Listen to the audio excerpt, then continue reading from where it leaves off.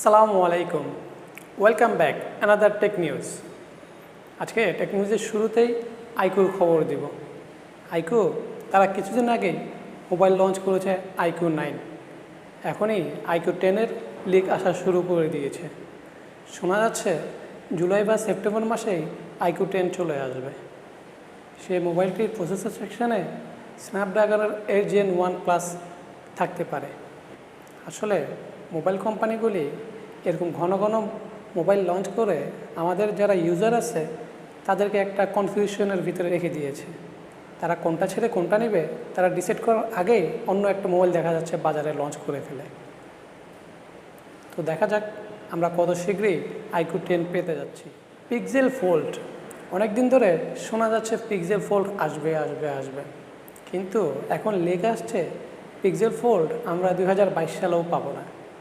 2023 সালের প্রথম কোয়ার্টারে হয়তো লঞ্চ হতে পারে, কারণ চিপসেট শর্টেজ আর যেই লকডাউন চলতেছে কোভিডের কারণে এটা শুধু ডিলেই হচ্ছে। আর যেহেতু গুগলের প্রোডাক্ট, তারা অবশ্যই একটি প্রোডাক্ট লঞ্চ করার আগে রিচার্জ করে তারপর মোবাইলটি লঞ্চ করবে। তো এই পিক্সেল ফোল্ড হবে হচ্ছে গিয়ে বইয়ের মতো ফোল্ডিং হবে। আর এটির প্রসেসর সেকশনে গুগলের নিজস্ব প্রসেসর থাকবে। তো দেখা যাক পিক্সেল ফোল্ড আমাদের কি অফার করে।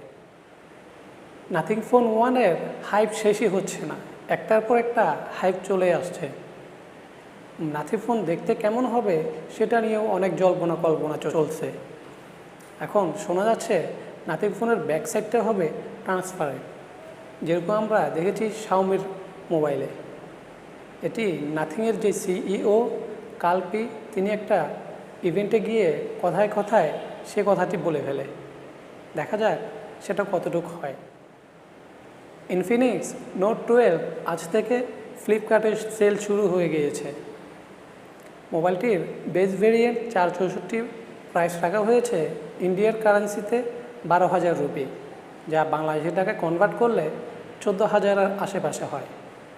মোবাইলটির ডিসপ্লে সেকশনে আছে 6.7 ইঞ্চি ফুল HD+ অ্যামোলেড ডিসপ্লে। আর এটি প্রসেসর সেকশনে আছে মিডিয়াটেকের হিলিও G88 প্রসেসর। আর প্রাইমারি ক্যামেরা 50 মেগাপিক্সেল আর সেকেন্ডারি ক্যামেরা 16 মেগাপিক্সেল। আর ব্যাটারি সেকশনে 5000 mAh ব্যাটারি পাওয়া যাবে। আর 30 ওয়াটের চার্জিং তো বক্সে আছেই। আজ টেক নিউজ এই পর্যন্তই। সবাই ভালো থাকবেন, চ্যানেলটি অবশ্যই সাবস্ক্রাইব করবেন। সবাইকে ধন্যবাদ। আল্লাহ হাফেজ।